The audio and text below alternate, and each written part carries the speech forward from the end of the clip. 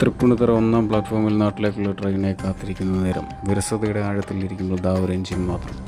പ്രതിയെ ഭാരം പേറാനില്ലാത്തതിനാൽ ഒരു ചിറയില്ലാത്ത പക്ഷിയെപ്പോലെ, ലക്ഷ്യമില്ലാത്ത ഒരു ഓട്ടക്കാരനെ പോലെ.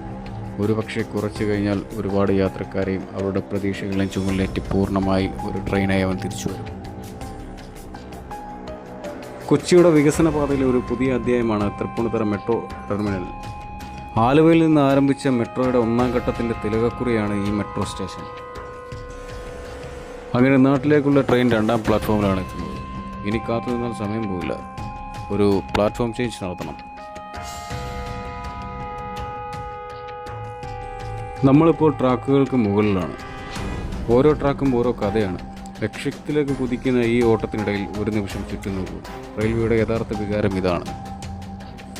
ഇനി ഇരുന്നിട്ട് കാര്യമില്ല, കാലുകൾക്കൊന്ന് ചലനം കൊടുക്കണം. ഞാൻ മെല്ലെ നടന്നു, അങ്ങോട്ടും ഇങ്ങോട്ടും ചെറിയ ചൂടുകൾ വെച്ച് പ്ലാറ്റ്ഫോമിൻ്റെ ഓരങ്ങളിലൂടെ എൻ്റെ മാത്രം ലോകത്തിലൂടെയുള്ള ഒരു നടത്തം. ഇവിടെ ഞാൻ കാണുന്നത് കൗതുകകരമായ ഒരു കാഴ്ചയാണ്. ഒരു ചെറിയ ബുൾഡോസർ, വലിയ ബുൾഡോസറിൻ്റെ ഒരു കുഞ്ഞൻ പതിപ്പ് പ്ലാറ്റ്ഫോമിലൂടെ വളരെ വേഗതയോടെ ശ്രദ്ധയോടെ ഓടുന്നു. അതിൻ്റെ മുൻവശത്തെ ബക്കറ്റിൽ പ്ലാറ്റ്ഫോമിൻ്റെ പണികൾക്കായി കൊണ്ടുവന്ന മെറ്റലുകൾ നിറച്ചിട്ടുണ്ട്. സാവധാനം എന്നാൽ കൃത്യതയോടെ ആ ചെറിയ വാഹനം ആ ഭാരം ചുമലിലേറ്റി നീങ്ങുകയാണ്. ചിലപ്പോൾ കല്ലുകൾ താഴെ വീഴാതിരിക്കാൻ ഓടിക്കുന്നയാൾ വളരെയധികം ശ്രദ്ധിക്കുന്നുണ്ട്.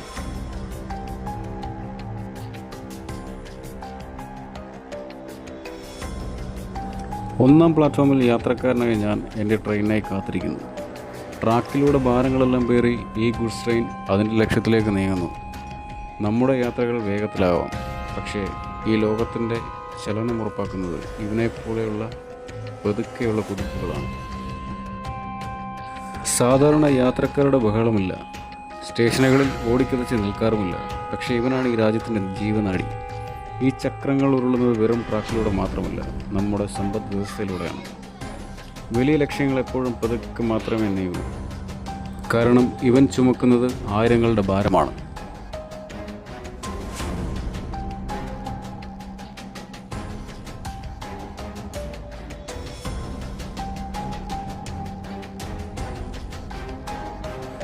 ഞാൻ നോക്കി നിൽക്കുമ്പോൾ ദൂരെ നിന്നൊരു മെട്രോ ട്രെയിൻ അതിൻ്റെ അന്തിമ ലക്ഷ്യത്തിലേക്ക് ഒരു വെള്ളി വര പോലെ ശാന്തമായി പാഞ്ഞെത്തുകയാണ്.